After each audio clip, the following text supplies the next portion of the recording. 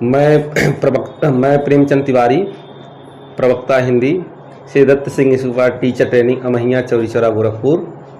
मैं आप लोगों के समक्ष समास बिंदु को संबोधित करने जा रहा हूँ।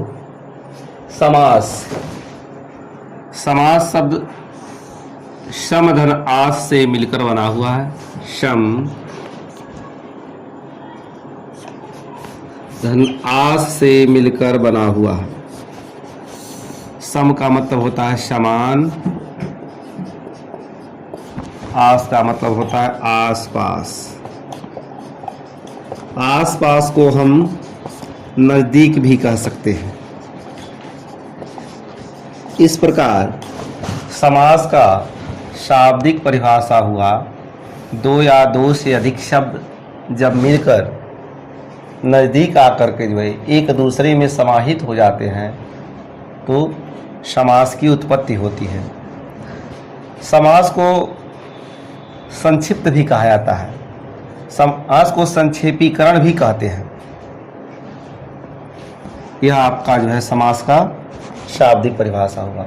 इसके अलावा समास का मानक परिभाषा हुआ, दो या दो से अधिक शब्दों के मिलने से एक नए शब्द के निर्माण को हम समास कहते हैं।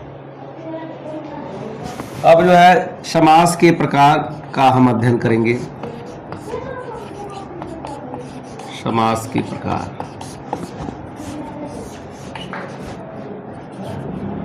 समास मुख्यतः 6 प्रकार के होते हैं। अव्ययी भाव समास,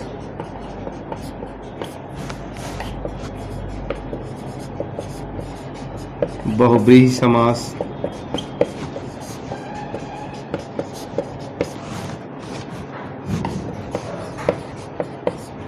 तत्पुरुष समास,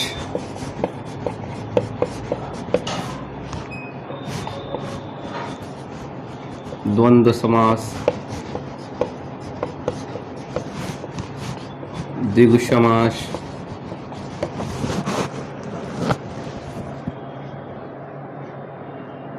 कर्मधारय समास।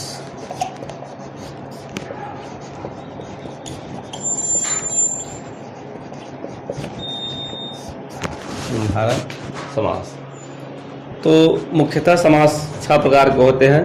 अव्ययी भाव समास, बहुव्रीहि समास, तत्पुरुष समास, कर्मधारय समास, द्वंद्व समास, द्विगु समास। जैसा कि हमने बताया कि हिंदी में समास मुख्यतः 6 प्रकार के होते हैं, परंतु संस्कृत भाषा में समास को 4 माना गया है। अव्ययी भाव समास, बहुव्रीहि समास, तत्पुरुष समास, द्वंद्व समास। मुख्य रूप से 4 ही माने गए हैं। तत्पुरुष समास के ही भाग कर्मधारय और द्विगु समास माने जाते हैं। इसके बाद आप लोगों को हम यह बताएंगे कि कैसे हम समझें कि किस समास का कौन सा पद प्रधान है। इस बात को समझने के लिए मुख्य बातों का ध्यान रखना होगा, जो इस प्रकार है। जैसे अव्ययी भाव समास,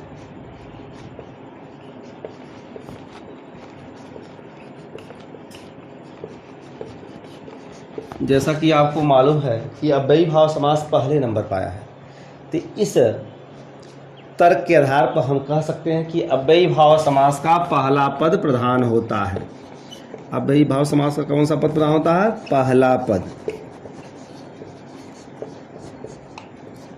उसके बाद जो है हम द्वंद्व समास को समझने का प्रयास करेंगे कि इसका कौन सा पद प्रधान होता है। जैसा कि द्वंद्व शब्द में द 2 बार आया है, तो द 2 बार आने से हम यह कह सकते हैं कि द्वंद्व समास के दोनों पद प्रधान होते हैं। द्वंद्व समास के दोनों पद प्रधान होते हैं।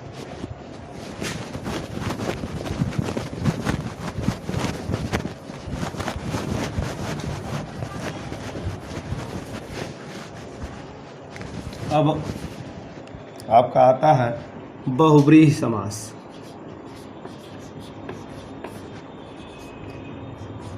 जैसा कि हम जानते हैं कि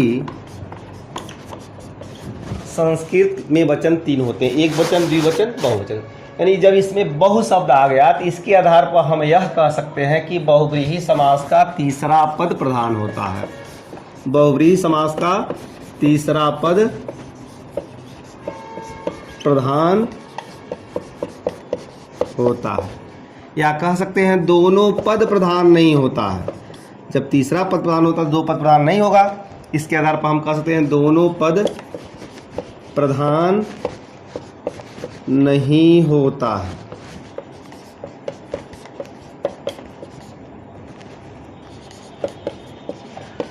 या दोनों पद अप्रधान होता है, दोनों पद अप्रधान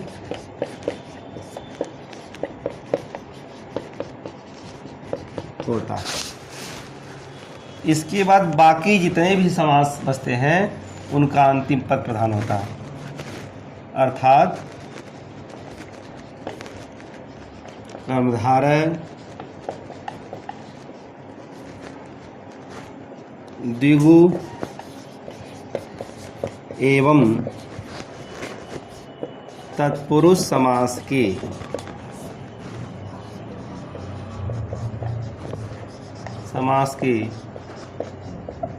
अंतिम पद प्रधान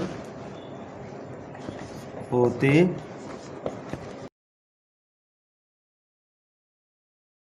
ये हमने बताया कि जो है समास के मुख्यतः 6 प्रकार होते हैं।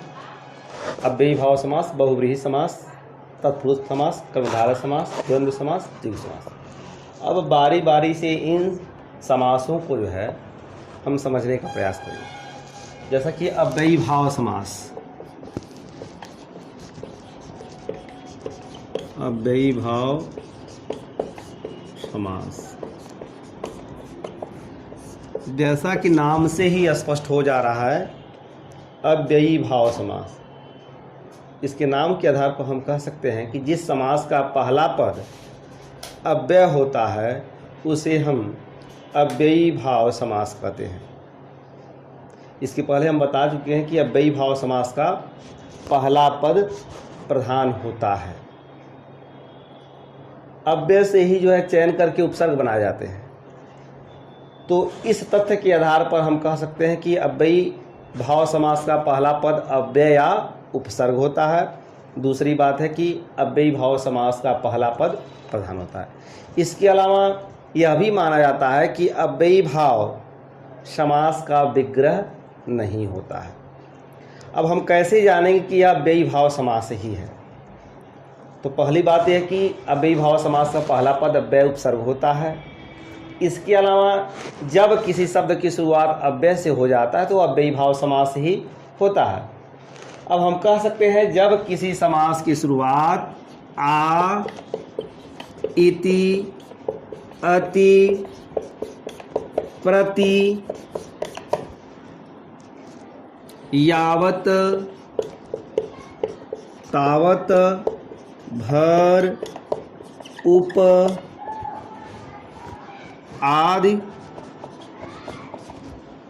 अव्यय शब्दों से होता है, शब्दों से होता है, तो अव्ययी भाव समास कहलाता है। अव्ययी भाव समास के बारे में मुख्य तथ्य यह है कि अव्ययी भाव समास का पहला पद अव्यय उपसर्ग होता है। अव्ययी भाव समास का पहला पद प्रधान होता है। अव्ययी भाव समास का विग्रह नहीं होता है। जब किसी भी समास की शुरुआत आ, इति, अति, प्रति, यावत, तावत, उप, भर आदि अव्यय शब्दों से होता है तो वहाँ अव्ययी भाव समास होता है। जब कभी भी आप किसी समास को देखें उसमें आ, इति, अति, प्रति आदि शब्द आ जाते हैं तो आप यह स्पष्ट मान लीजिए कि वह अव्ययी भाव समास ही है। अव्ययी भाव समास के बाद जो है हम द्वंद्व समास का अध्ययन करेंगे। द्वंद्व समास,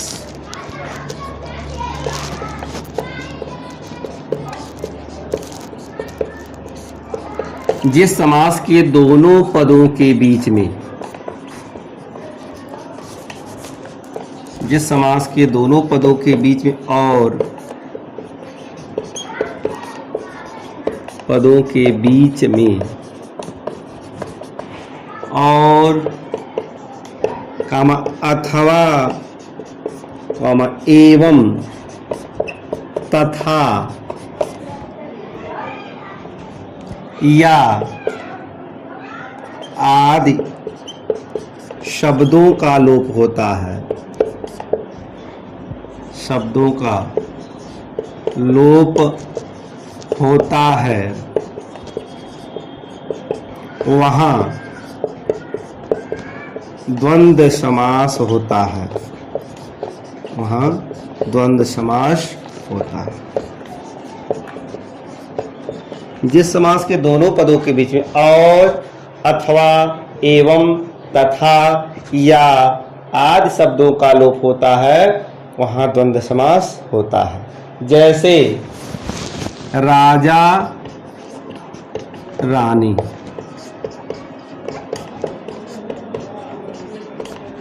जब राजा रानी समास को विग्रह हम करेंगे तो हो जाएगा राजा और रानी, राजा और रानी। इसके अलावा हम यह कह सकते हैं राजा एवं रानी, राजा तथा रानी। इसके अलावा द्वंद्व समास के बारे में यह बात है कि जिस समास के दोनों पद एक दूसरे के विपरीत, अलग या भिन्न होते हैं, उन्हें हम द्वंद्व समास कहते हैं। जैसे राजा रानी शब्द आ गया तो राजा और रानी एक दूसरे के विपरीत हैं, विपरीत के अलावा भिन्न भी हो सकते हैं।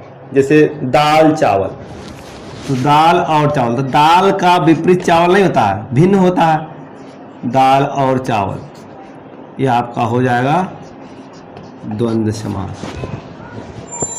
तो द्वंद्व समास के बारे में यह बात ध्यान देना है कि द्वंद्व समास के दोनों पद एक दूसरे के विपरीत या भिन्न होंगे। द्वंद्व समास के दोनों पदों के बीच में और, अथवा, एवं, तथा, या आदि शब्दों का लोप होता है। समास के बाद हम जो है अध्ययन करेंगे द्विगु समास के बारे में। द्विगु समास,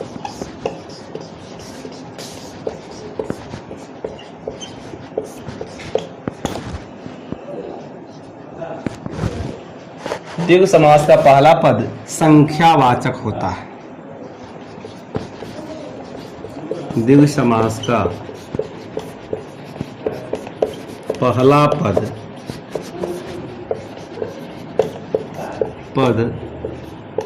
संख्यावाचक होता है।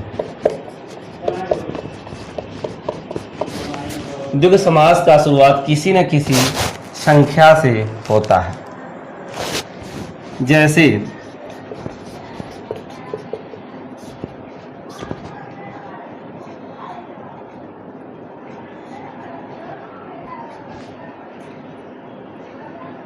नवग्रह, इसका विग्रह हुआ 9 ग्रहों का समूह, ग्रहों का समूह। अब नवग्रह आपका हो गया द्विगु समास। लेकिन कुछ ऐसे भी द्विगु समास के उदाहरण हैं जो बहुव्रीहि समास के गुण को प्रदर्शित करते हैं। वो संख्या से शुरुआत तो होंगे लेकिन वे बहुव्रीहि समास के अंतर्गत आएंगे। जैसे चतुर्भुज, चतुरानन, एकदंत, इस तरह के जो है बहुत सारे समास हैं जो संख्या से शुरू होते हैं लेकिन वे बहुव्रीहि समास के अंतर्गत आते हैं। इस प्रकार हम कह सकते हैं कि ये जो समास के उदाहरण हैं वे अपवाद हैं द्विगु समास के। अब इसके बाद हम अध्ययन करेंगे कर्मधारय समास। जिस समास का पहला पद विशेषण होता है उसे हम कर्मधारय समास कहते हैं। जिस समास का पहला पद विशेषण होता है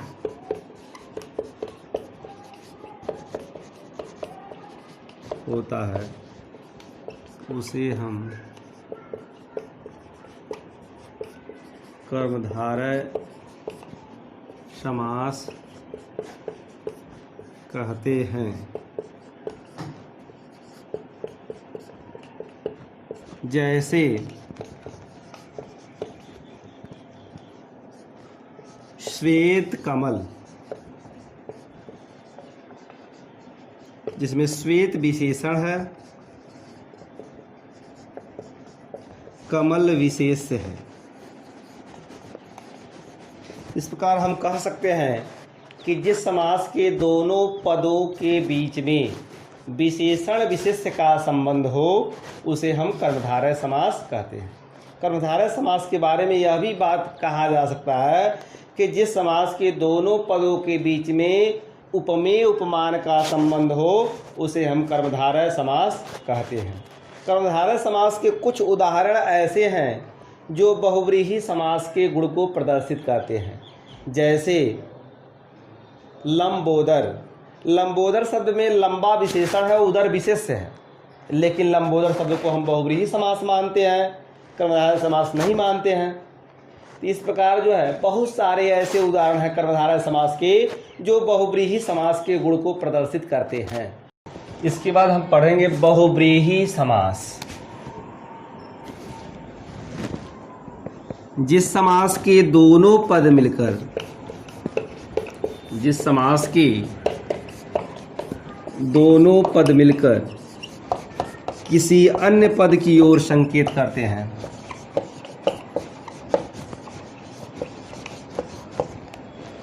उसे हम बहुव्रीहि समास कहते हैं। जिस समास के दोनों पद मिलकर किसी अन्य पद की ओर संकेत करते हैं उसे हम बहुव्रीहि समास कहते हैं।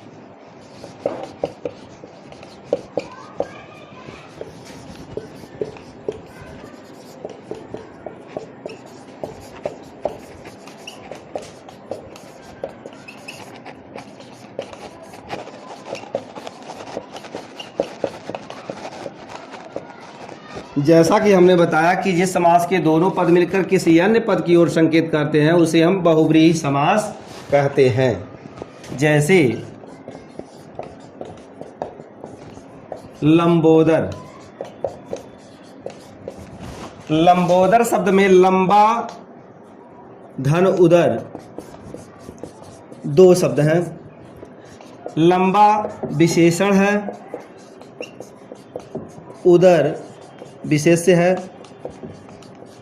परंतु ये दोनों मिलकर के गणेश की ओर संकेत कर रहे हैं। गणेश की ओर संकेत कर रहे हैं, अतः यह बहुव्रीहि समास हुआ। क्योंकि लंबा धन उदर को अगर शाब्दिक रूप से देखा जाता तो लंबा मतलब लंबा, उदर मतलब पेट, इसका अर्थ होता लंबा पेट, लेकिन इसका अर्थ लंबा पेट न होकर के गणेश की ओर संकेत हो रहा है, इसलिए बहुव्रीहि समास है। इस प्रकार बहुव्रीहि समास के बारे में यह बात है कि जिस समास के दोनों पद मिलकर के किसी अन्य पद की ओर संकेत करते हो वह बहुव्रीहि समास है। बहुव्रीहि समास के दोनों पद मुख्य नहीं होते हैं, तीसरा पद इसका मुख्य होता है। दोनों पद अप्रधान इसके होते हैं। प्रायः सभी पर्यायवाची शब्द जो दो शब्दों से मिलकर बने हों और विशेष अर्थ को प्रकट करते हों वे भी बहुव्रीहि समास के अंतर्गत आते हैं। जैसे जलज। जलज शब्द में जल और ज ये दो शब्द मिले हैं। जलज का मतलब होता है जल में उत्पन्न होने वाला, तो जल में उत्पन्न होने वाला जो शब्द है वह कमल की ओर संकेत कर रहा है। जल में तो बहुत सारे जो जलीय जीव उत्पन्न होते हैं, लेकिन विशेष रूप से कमल की ओर संकेत करने के कारण इसे जो है बहुव्रीहि समास के अंतर्गत माना गया है। तो इस प्रकार आप यह समझ लीजिए कि प्रायः सभी पर्यायवाची शब्द जो दो शब्दों से मिलकर बने हों और विशेष अर्थ को प्रकट करते हों वह बहुव्रीहि समास के अंतर्गत ही आते हैं।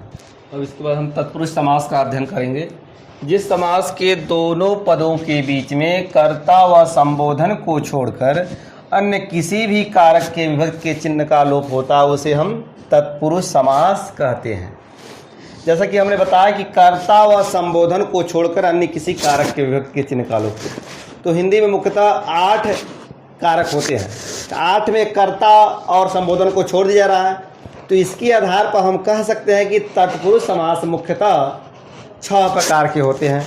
पहला आपका कर्म तत्पुरुष, दूसरा करण तत्पुरुष, तीसरा जो है संप्रदान तत्पुरुष, चौथा अपदान तत्पुरुष, पांचवा अधिकरण तत्पुरुष।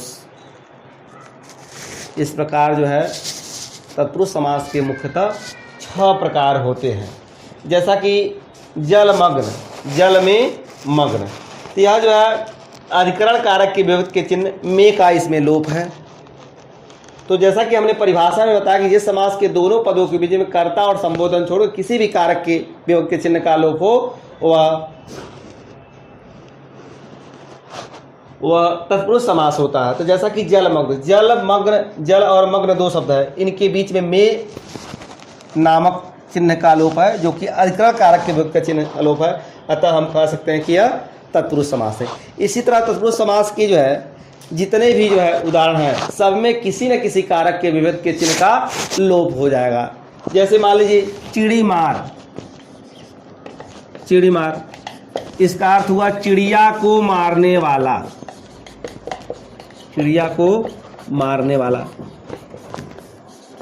अब इस प्रकार देखिए कि जो चिड़ी मार शब्द को जब हमने विग्रह किया, जब हमने तोड़ा, तो जो है यहाँ चिड़ी और मार के बीच में को शब्द का लोप हो रहा था, और उसको जब तोड़ा तो वह स्पष्ट हो गया को शब्द, यह कर्म तत्पुरुष हो गया। इस तरह जितने भी तत्पुरुष समास है उसमें किसी न किसी जो है कारक के विभक्ति के चिन्ह का लोप होगा, लेकिन कर्ता और संबोधन को छोड़ करके। इस प्रकार अपना जो है समास का बिंदु जो है समाप्त होता है।